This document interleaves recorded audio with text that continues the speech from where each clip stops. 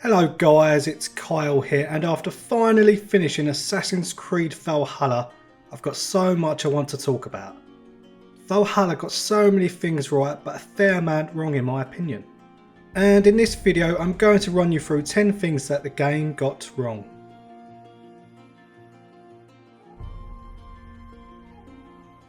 Now of course I understand that it has been a challenging year for everyone, and fair play to Ubisoft for releasing the game ahead of schedule. But for me, playing on the PS4 it wasn't the greatest experience in terms of the performance. I can forgive the bugs like random NPCs popping out of nowhere and giant wolves being trapped on the hillside. But what I can't forgive is the game crashing on me at least 20 times at pivotal parts of the game. I mean, I'm not even exaggerating here, this happened to me so many times, and more so towards the end of the game. The patch didn't even fix it either, and it was terribly frustrating and disappointing. Even Unity didn't have this issue, so it has to make the list. One thing that the game got really wrong was the fact that whenever a raid popped up on the screen while sailing, the song or story you were listening to got cut short because enemies were nearby. I mean, I get that this is realistic, but it really broke the immersion for me to the point where I stopped asking for the song or story. This was incredibly disappointing, as it was one of the things I was really looking forward to.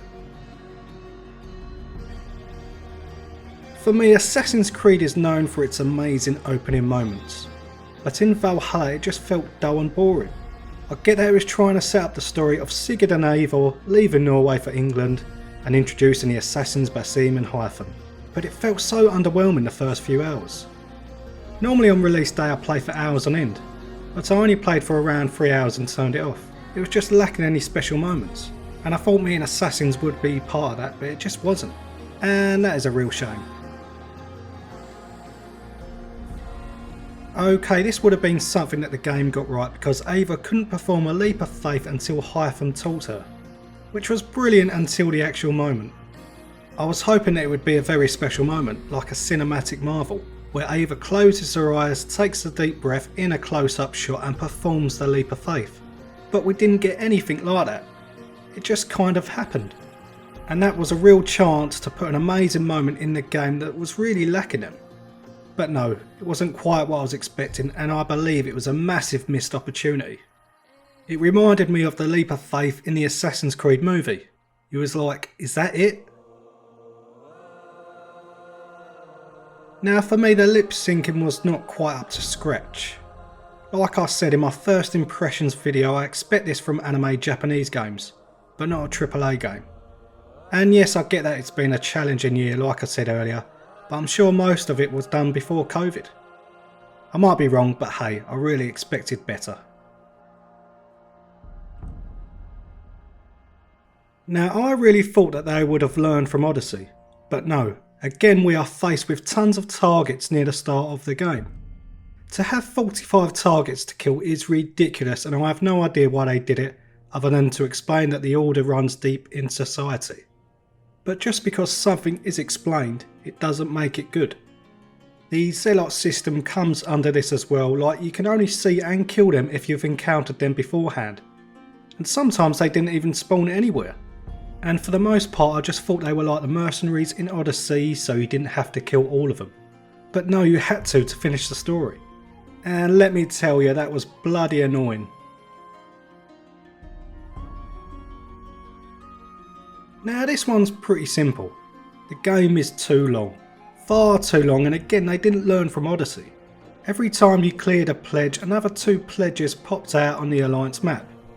This was really not good for the pacing of the story in my opinion, because you're basically telling the player that they've nearly finished all of the alliances, but then you're popping another 2 on the map. It just didn't work. Some of the pledges were fun and interesting, but the majority just felt like a chore. Listen, I get that it's an RPG, but most of the alliances should have been optional. It was honestly the first Assassin's Creed game where I was seriously considering quitting, and I never thought I'd say that.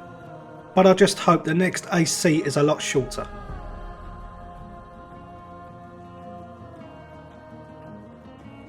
For me, the whole Asgard and Jotunheim elements of the game were not great either.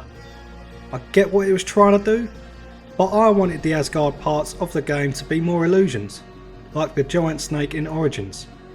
Just short and sweet boss battles or out of world experiences, but hey, I'm sure a lot of people did like it. Somehow. See, I unlocked so many chests along my journey and raided every single one marked on the map. But even doing that, I was still unable to level up my settlement to level 6 to complete the settlement arc. So I had to spend hours going from gold spot to find the materials necessary, which is ridiculous. This really should have been a side activity, not locked into the main story plot. Another frustrating part of the game for me, and added even more filler to the game. Like Odyssey, Valhalla had 3 story arcs, and for me this doesn't work in Assassin's Creed. Just doesn't feel fulfilling enough when you finish the game.